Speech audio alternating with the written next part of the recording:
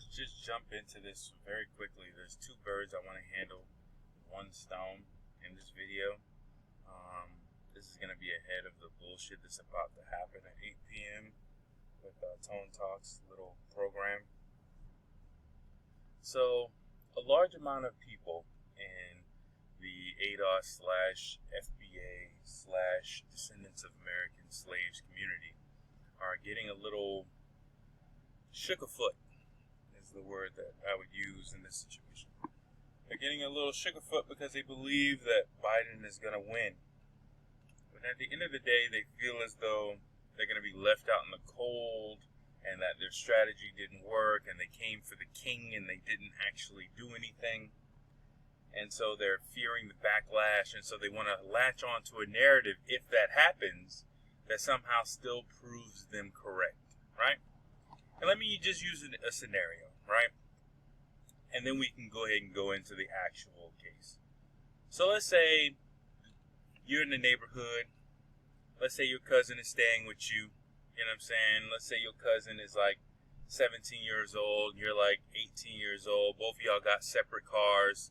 You know what I'm saying? Which is kind of not really a accurate depiction. But let's just say both of y'all got separate cars. But your cousin is living with you. He's your family. Right? And then somebody in your neighborhood decides to come up and says, hey, I'm about to commit a robbery. I want one of y'all to let me use your car so I can go up here and rob this store.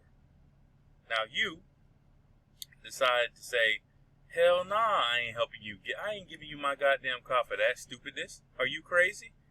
And then you decide to ask on top of that, you already know offhand is crazy, but on top of that you say, and plus, I mean, what am I going to get out of the situation? And let's say the guy says, well, we could talk about what I'm going to give you after we rob the place. If I get away clean and everything else and you do your part, then we could talk about what you're going to get after the robbery is done. And you're like, hell no, I ain't doing that stupid shit. Are you crazy? So you want me to rob a place and then we're going to talk about what I'm going to get after? That don't make no goddamn sense. I'm not helping you out with a motherfucking thing. You go rob that goddamn store by your goddamn self, right? And let's say your stupid ass cousin, overhearing the whole entire conversation, overhearing the person saying, hey, I'm not going to promise you anything until after you put up the work. I'm not going to do nothing. They overheard the entire conversation. And they are like, on the low, behind your back, not telling you anything, they go ahead and help the person rob the store. And let's say you find out about it. And let's say the store robbery was quote-unquote successful. There may be an ongoing investigation, probably is. But let's say the store robbery was successful. You can't come up after the fact to the person who you rejected and say, hey, you owe not just my cousin something, you owe me something too, because I knew about the robbery and I ain't tell. And, yeah, he my family, and, you know what I'm saying, we supposed to share this, he's my family too, and, you know what I'm saying, he's a part of me, you know what I'm saying, and, because of that, you actually owe both of us. That don't make no goddamn sense, does it? It don't make no goddamn sense. You are a third leg in this situation, right? You said no. For good reason, you said no. So, why are you instead deciding to try to jump on the ship of a stupid decision because you think overall you're going to get something out of it? It doesn't make sense, all right? So, we in the DOA, the Descendants of American Slaves community, decided that it was no tangibles, no vote. ADOS people, which is Tone and Yvette, they had a similar strategy. They were trying to do Democratic down ballot with a no vote to the top of the ticket. Kind of stupid because you don't necessarily know if you want to be gang chained to the Democratic Party, period. And most people are not going to have the political discipline to not vote for president when they're already at the booth. Most black people are going to be pragmatic and say, if I'm voting for all these Democrats, let me go ahead and vote Democrat for president too. So Democrat down ballot for them was interpreted as vote all the way down the ballot Democrat. It wasn't skip presidency. But whatever. It was a very good strategy. And it was a very good strategy for power, right? Because if you could prove that you could affect on a very real scale national politics, then your issues and your views and your platform has to be looked at and sort of navigated around, right? It has to be something that's factored in. But the risk also is if you don't have a coalition of your own people that's big enough, you run the risk of actually not being able to convince a large majority of your people or a large enough majority of your people to participate in sort of your form of protest, right? If you don't have enough reach, then you come into that trap, and it looks as though that may have been the case. Looks as though there have been some sellout dumbass people in Michigan who helped out with the robbery. Looks like there's some people in North Carolina who helped out with the robbery. Maybe some people in Pennsylvania who further help out with the robbery, right? But that's the risk. That's the game you play, and that's the risk. But then we come to what Tariq Nasheed is saying, which is, once again, black people are saving the Democrats, and black people receive all the backlash, yet black people don't receive any tangible benefits from the Democrats for doing all of this. And it's in response to so many pictures of white people policing black people who are counting Detroit's votes, right? And he's trying to take claim of those people, those dumbass people in both Michigan and globally in Wisconsin. I think there's another tweet from him in Wisconsin. I'm not 100% sure. I'll have to search. But where he's, at least in Michigan and overall, he's trying to take credit for off-code people who decided to vote in this election and try to use it as a narrative for tangible benefits. And it's a bad situation, but let's keep on going. Let's look at other examples of this sort of ignorant logic. And let's go over to the nemesis, the woman that he liked to blame in all of this. Let me see here. Yeah, she was doing this. This shows that she was on one trend back in the day, but let's just get straight to the meat and potatoes of what she's trying to say as well.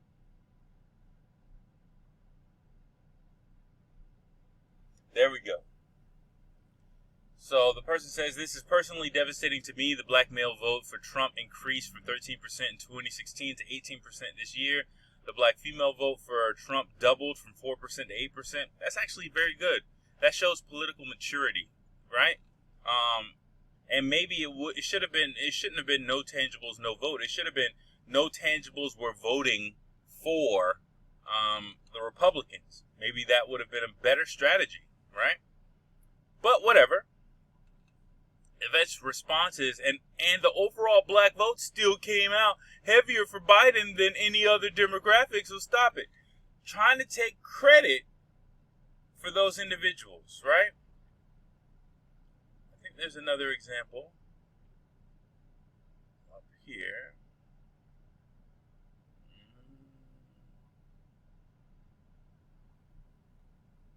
Let me see.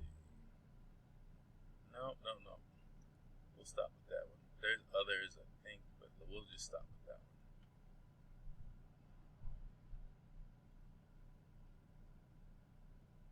All right.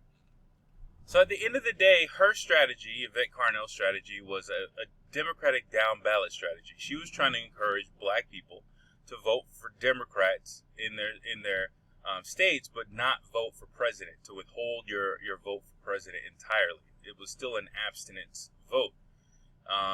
No tangibles, no vote was just simply straight, don't vote at all if it's not in your interest. Yvette's strategy was a Democratic down ballot strategy.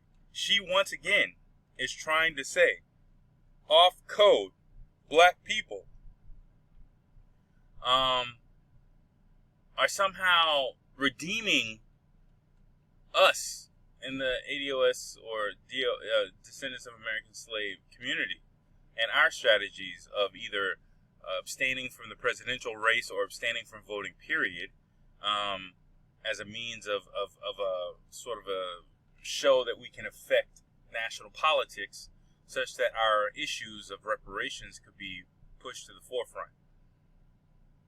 So she's trying to still talk about those off-code black people and try to use them as some sort of proof of something. It doesn't matter. We lost. If Biden wins, the message of reparations, I believe, becomes radicalized to a large degree. I think that people become radicalized in a situation where we have a Biden-Harris presidency. I don't feel as though it... I think in a situation where if Trump would have won, I think it would have solidified the message. I think it would have solidified and legitimized the message. I think that Yvette and Tone would have been, easily talking to both President Trump as well as any sort of Democratic candidates in 2024. But that's not the case.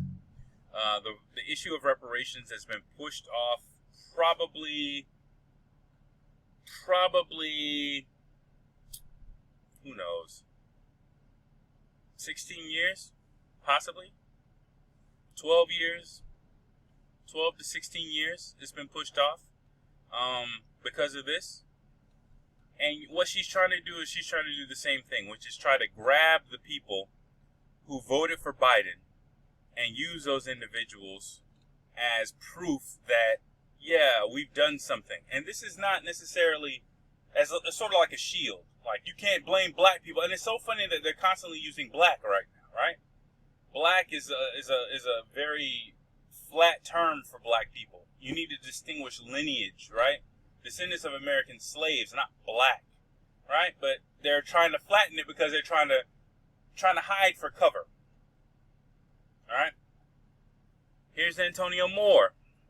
CNN projects Biden wins Wisconsin. No one is talking about it, but black votes in Milwaukee saved Joe Biden. Blacks in Wisconsin living in among the most racist conditions in America saved Biden and the Democrats and gave them the presidency. It's still not necessarily determined, but again, you are using off-code black people to try to save your failure of a narrative. And there's a problem. There's a reason why Tariq and Antonio are on here, and I'll talk about that in a second.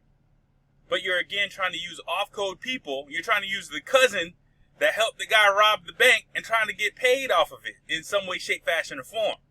No, you said you weren't going to be a part of that. You said you weren't going to be a part of the robbery. You said it made no sense to agree to do anything for you. If we got to talk about what I'm going to get, even if I did decide to vote for you, we're going to talk about what I'm going to get after the robbery. That don't make no goddamn sense. You said that, and you were 100% right when you said that. Just because the robbery went well doesn't mean that you turn around and try to turncoat and try to get something for yourself, and now all of a sudden you're, once again, nobody's using, Tariq's not using FBA, he's using black. Yvette Carnell is not using ADOS, she's using black. Antonio Moore is not using ADOS, he's using black, right? All of a sudden now they're back to the old verbiage, which makes no goddamn sense. But then you have, right, a brewing issue between Mr. Jason Back, who I don't like because he's a dumbass, and that's going to be a part of my second part of this, because he's trying to do some intersectionality between white conservative, now white conservative, it used to be apolitical, but now white conservative MGTOW, with sprinklings of red pill knowledge, and sort of using that as a blend, a solid blend, not a mixture, but a sort of like a collaborative blend between that and black empowerment, where there is no intersectionality. All right, the number one issue with with black people in America, specifically descendants of American slaves, is a lack of male-led black family households. So that's number one. Number two, it's white supremacy, and white supremacy has the primary objective of destroying that family unit. If it tries to destroy men in isolation of destroying their families, like if they just send men to jail, but those men are able to still maintain families when they get out, if they destroy the wealth of those men, but the family structure or the family unit is still survives that lack of monetary wealth, then that exercise in white supremacy fails. White supremacy has to do as a primary goal, break up the black family, specifically the descendants of American slave family. And we'll get into that in a second. But it has to do that first. And then the first effect of all of this tampering with the black family, though, is the third issue with black people, which is the lack of wealth, right? And then the other long list of knock-on symptoms of white supremacy after that, right? But the family is number one. So trying to do this little MGTOW, you know what I'm saying, red pill, throw Ibmore out the window, and let's not even worry about refining that, which he should be doing or advocating to do. But let's just mix in some sort of quote-unquote pimp talk on The Business channel and hope that people get mesmerized by my word salad bullshit.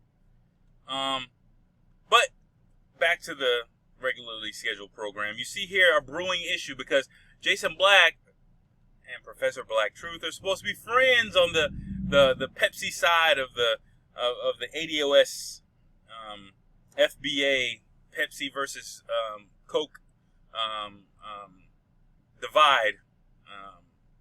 dividing line. So, but he says here, if you're going to claim credit for being part of the black support to get Biden elected, then you will bear all the blame from his policies that target, undermine, and kill black people. Well, back here to Mr. Tariq Nasheed. Once again, black people are saving the Democrats, claiming credit, and black people, we're not talking about FBA, we're not talking about immigrants, we're not sparsing out the lineage. Black people receive all the backlash, yet black people don't receive any tangible benefits, right? There's another problem at hand here. Most of us who have been in this space for longer than a year remember the beef between Antonio Moore and Tariq Nasheed. We also remember exactly what it was about. That issue, that beef, that problem was mostly about Tariq basically saying that we should consider Trump as an option. If Democrats don't want to provide reparations, that we should be willing to go to Trump. That sounds an awful lot like, I don't know, Ice Cube. All right? Now, this happened almost a year ago, maybe a little bit more than a year ago, year and a half ago, right? And when it happened, all of Twitter blew up, right? Everybody was a part of it, a part of this little Pepsi versus Coke battle, division, right? And everybody took sides with FBA and ADOS as their hashtags on Twitter, right? Most of us, some of us who were smart enough to realize that this division was stupid, kept on using all hashtags. But it shows that we lost a large amount of ground and cover in that little bout between these two narcissistic assholes, specifically Antonio Moore and Mr. Tariq Nasheed. These dumbass little narcissistic assholes should have handled that entire matter behind closed doors. They should have, whatever the hell was said on Twitter, because at the end of the day, Antonio Moore was kissing up in Ice Cube's ass. We all know his little multi-part series, breaking down the contract with America and talking about it like it was trash. And then when Cube, just like when Gatekeeper Mike came up to his fucking show that he no longer has, to my knowledge, he no longer has it.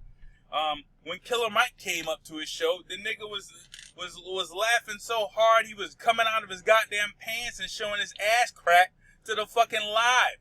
Right? That part got cut out, thankfully. But after the show was done. But he was all up in all smiles and giggles and laughing because, you know, he was in the presence of a celebrity who helped him get on Al Jazeera, where he basically bombed and got his ass handed to him on that program because he wanted to talk about celebrity as opposed to talking about the narrative that was actually important, which is American descendants of slavery. It was almost like his trial run as to whether or not he could be a pundit on these issues, and he failed miserably. But just like that interview with Gatekeeper Mike, with Ice Cube, he was doing he was doing what Tariq Nasheed was talking about. He was actually doing what Tariq Nasheed was talking about. And yet and still, and not only that, but that was right after Tone did all these multi-part series breaking down the contract with America, with Black America, saying that the people who wrote it didn't have enough education and all this little boule bullshit to say, well, I have the education to be in this space, and this person who wrote this clearly doesn't have the education, and that's why education matters, and blah, blah, blah, blah, blah, blah, blah, blah, blah. You don't know enough, you shouldn't be, all that shit. But yet and still, when Ice Cube was on your shit, oh, you bitched up like a motherfucker. You bitched up real quick. You bitched up so quick it wasn't even funny. You bitched up hella quick. Right? You bitched up hella quick. Changed the whole narrative and was supportive of Ice Cube after that. When you could have been supportive of, I don't know, Tariq fucking Nasheed a year ago. So y'all split up. One's going the 501c4 route, I believe. The other one's going into the sort of like, hey, I was hawking DVDs. Let me hawk these FBA flags. Y'all got y'all little niche crowd. Instead of growing it larger, instead of growing the bubble larger, y'all just relegated yourselves to having a nice little pockets of YouTube fame. And as a result, you wasn't able to have a national strategy. That debate between, hey, should we support the Republicans or should we go Democratic down ballot, should have been a conversation behind closed doors as to what was the best way to do it. And what you should have done is, hey, if we are conflicting in our conversation, Tariq and Tone, if we are conflicting in our conversation, then let's add a third party into it, right? Instead of us doing this publicly, we're going to do this completely behind closed doors, but I disagree with what you're saying, right? So, hey, I don't believe that it's the correct thing to do. I'm going to bring Sandy Darity into this conversation. You bring Claude Anderson into this conversation, right? And let's have this conversation again. And let's see if the four of us, or the five of us, if you add in, Yvette, or the seven of us, if you add in Professor Black Truth and Black Authority, because they had not had beef amongst each other either at that time. Let's add everybody together and let's see whether or not we can come up with a strategy that wins, right? And if we all disagree, let's add another person that we all respect into the conversation. And let's keep adding people into this conversation until we have an actual strategy that everybody can walk away from this conversation and say, we support. And we're not gonna bash one another in the media. We're not gonna bash each other on our platforms. We're gonna follow the strategy that we came up with behind closed doors, right? Behind closed doors, we're gonna come up with a strategy that we feel as though is the best strategy for us, and we're all gonna push it in unison, right? That's what you could have done, but you didn't. So instead, what you're doing is trying to latch on. Let's use his words. If you're going to claim credit for being a part of the black support to get Biden elected, then you will bear all the blame from his policies that targeted, undermined, and killed black people, or will kill black people. All right? So instead of doing that, Antonio Moore, Yvette Carnell, Tariq Nasheed, you could have handled all your little beef behind closed doors like adults and then brought it to the forefront. Now we're going to be 12 to 16 years down the road before we're in a situation where we can actually push this without just openly going Republican, right? If Biden wins without openly going Republican, which undermines us in many ways, we're now 12 to 16 years away. That's a large amount of children born. There's a large amount of doors open for immigration. There's a huge transformative policy that could happen in that time period that doesn't allow us the privileged, quote unquote, position that we're in right now. The position that we could have taken advantage of, right? A leader takes responsibility for the failures and responsibility for the wins just as equally, right? If you guys want to call yourselves leaders in the space, He's here too. If you want to call, I'm not going to go there. If you want to call yourselves leaders in the space, what you really should be doing tonight is taking responsibility, doing an autopsy on yourselves, saying what we should have and should not have done, partnerships we should have made and should not have made, things we should have done and should not have done, and try to correct those things now, right? Try to make those apologies, those public apologies now. We got 12 to 16 years now. If Biden wins, we got 12 to 16 years before this becomes something that we can actually do. Because we have to wait potentially for Biden-Harris to no longer be a candidate. Then we have to sit up there and possibly wait for a sit-out Republican to be in office and wait for similar situations to occur for us to be in the same situation, right? So we're looking at 12 to 16 years to have the same moment again without overtly just switching over to Republicans and bifurcating our votes and doing that, right? Which may be a strategy, but without doing that, well, we're going to have to wait 12 to 16 years for a similar situation. And looking at it from hindsight, that's becoming 2020, y'all fucked this over. Y'all little beef, that little beef was bullshit. All right? But I do want to get into something else since we're on Black Authority and his little dumbass keeps on bashing black women. Trust me, if you knew my personal story, you would know that bashing black women, specifically one that I know, is a pastime I would love to be a part of. You have no idea how many of those red pill, MGTOW concepts apply to me. But I still have a brain, and I still have an ability to reason, and I know that every single thing needs to be filtered through racism and white supremacy. Neely Fuller said that if you fail to understand racism and that everything relates to racism and white supremacy, everything that you know after that or outside of that will just confuse you, right? If you don't have a framing for every single thing, especially when you're in America. When you're in America with a history of chattel slavery that has not been made recompense or made whole through reparations,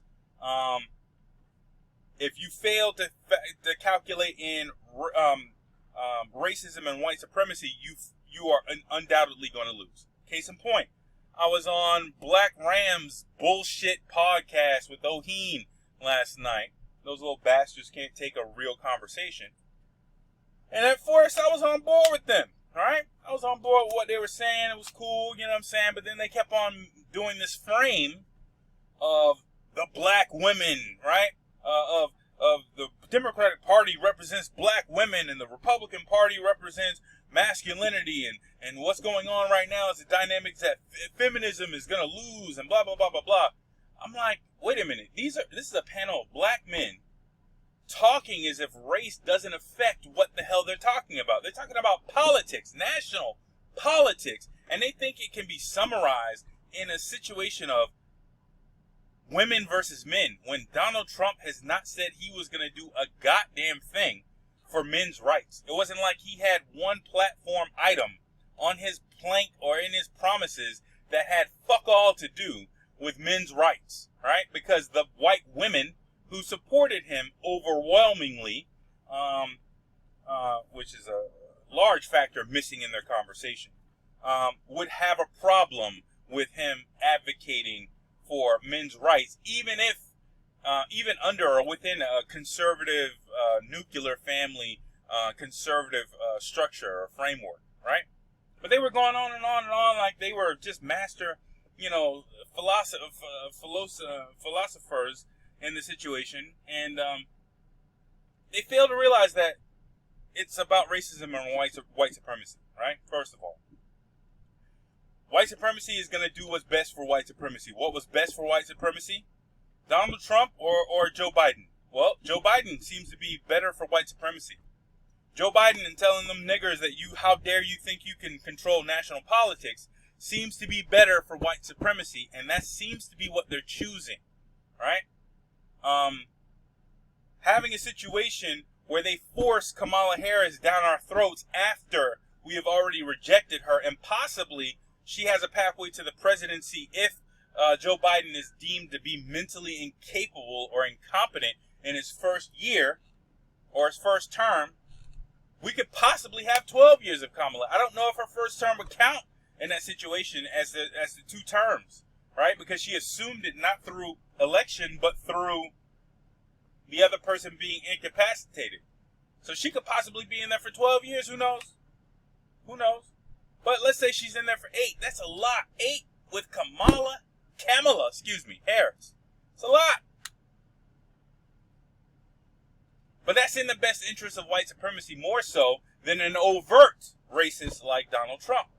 An overt person who is overtly racist when it comes down to cops, when it comes down to social unrest, when it comes down to the coronavirus, which puts more black men in the hospital than it does anybody else. All right? He is deadly to us. But I think that, and then I went on to another D1's channel, and that little asshole riding the dick of Randy Short, Dr. Randy Short, Doctor of African American Studies, but sitting up there on the stream last night goading about threatening a woman to slap the taste out of her goddamn mouth. And this nigga is just laughing at it. I'm like, okay, well, goddamn. That's some bold shit that you trying to co-sign. So let me just go ahead and handle that. Right? Let's just get to it. Let's zoom in here a little bit. This is The Nigger Marriage. This is by Mr. Willie Lynch. You can look it up.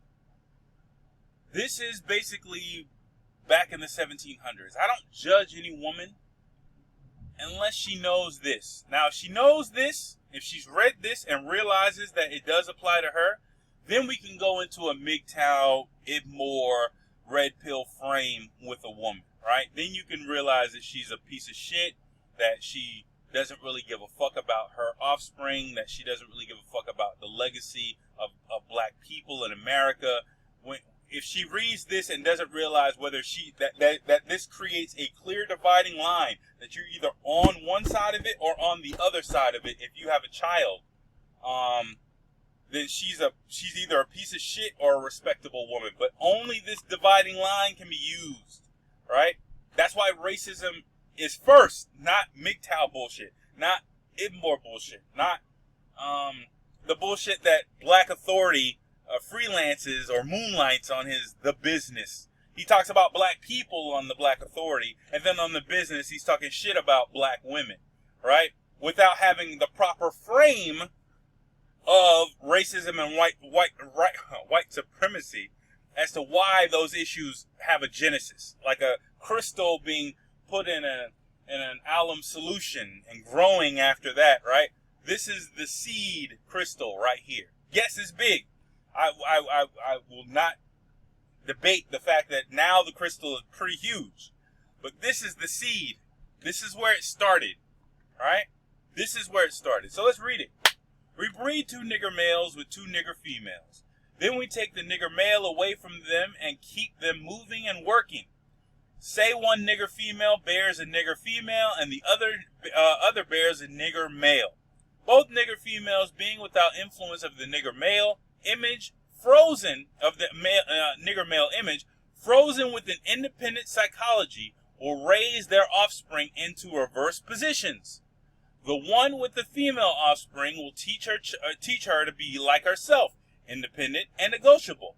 We negotiate with her, through her, by her. We negotiate her at will, meaning we manipulate her in her quote-unquote independent state at will.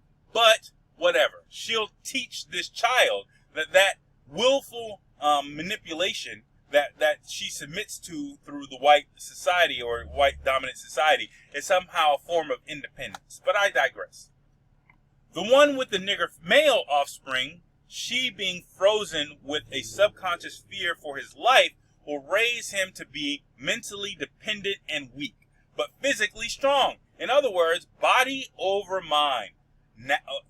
Now this body over mind can now be replaced with secular materialism over mind. But again, I digress.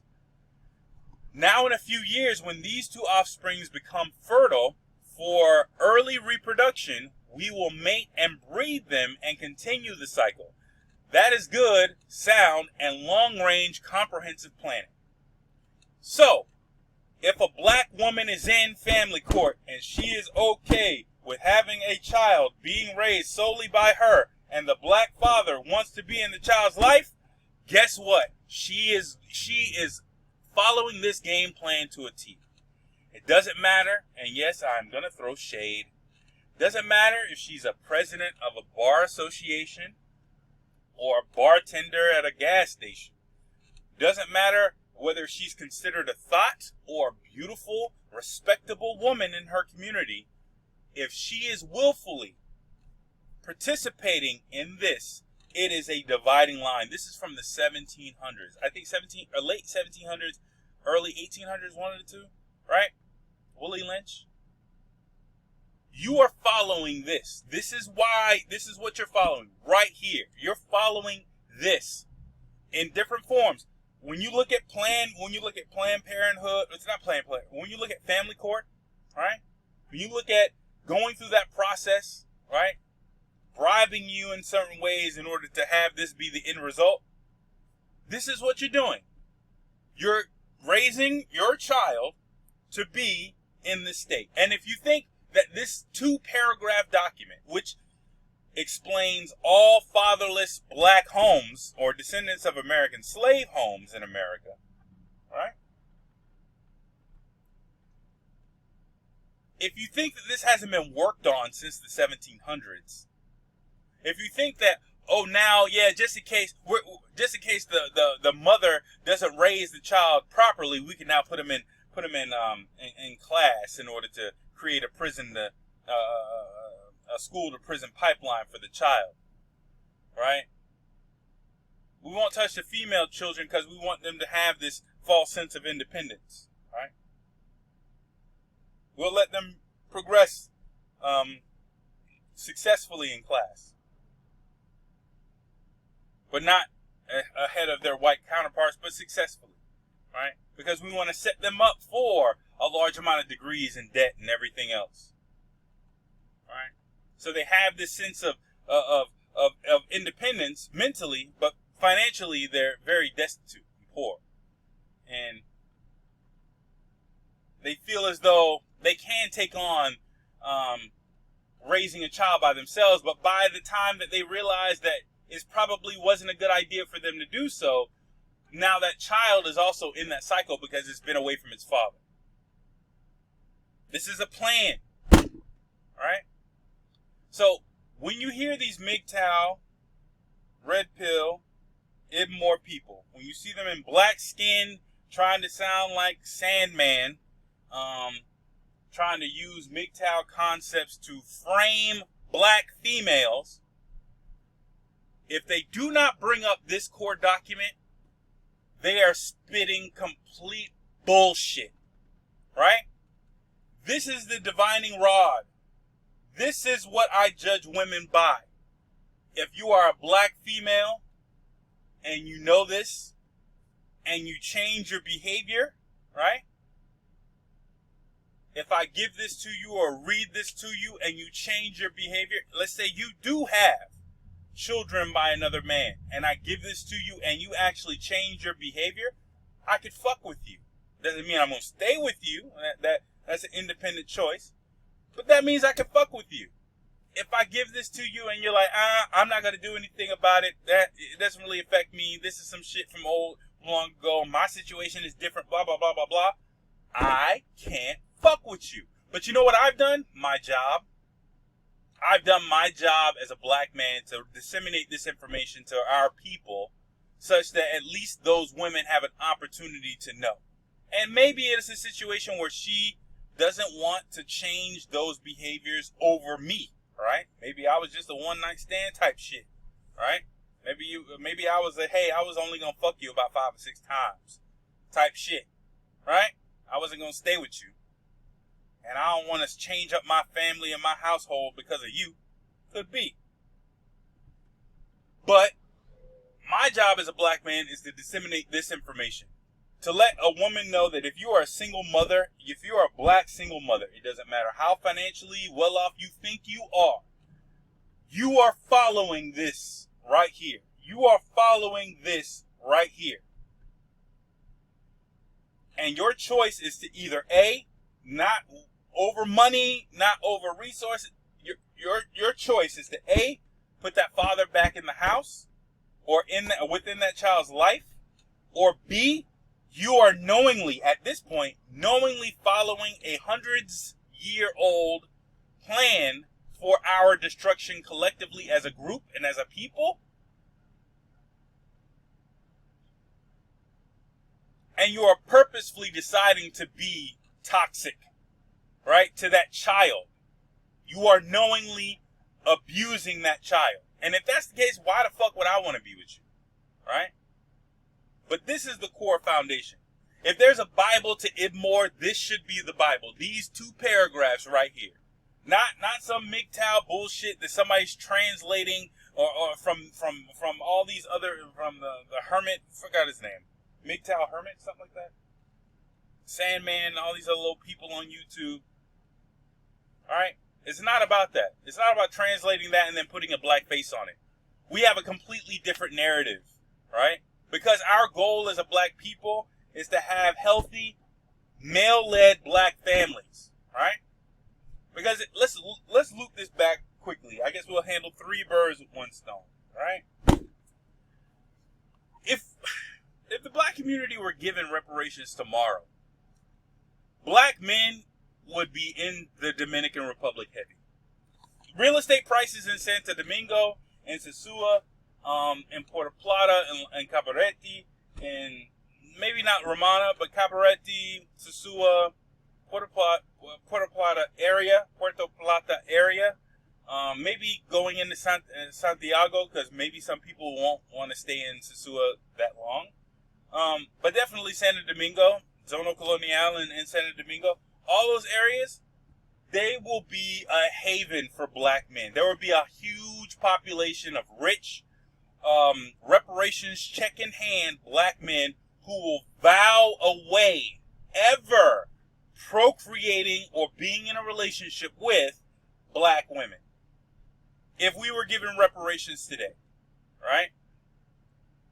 There is no cohesion there. There's scar tissue there, right? There's a large amount of marriages for the ones that are still there. That they are only there because they share brokenness together in many cases, right? I can't afford to get another bitch. I'm stuck with you.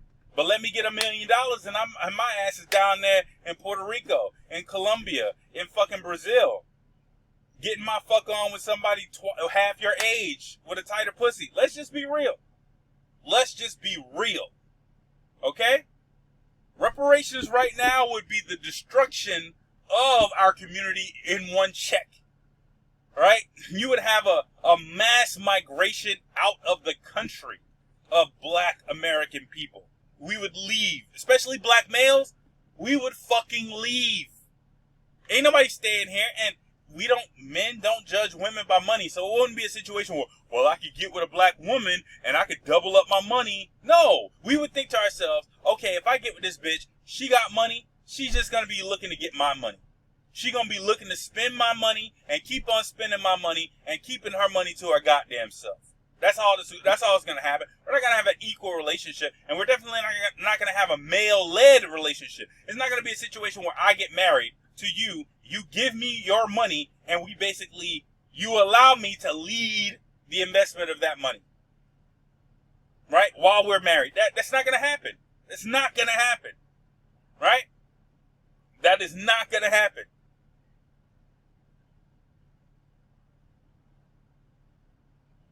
What's going to happen is men are going to take that money and say deuces. American men are going to take that money. American descendants of slavery men are going to take that money and say deuces.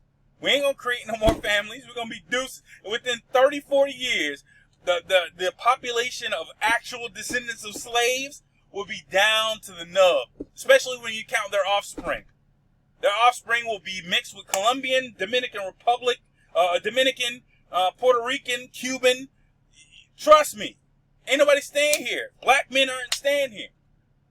That's the message that should be taken to the black woman. All right? That's the message that should be taken to the black woman. We have to fix our houses on multiple levels, and I think that we need to take our L today. We need to take our L today.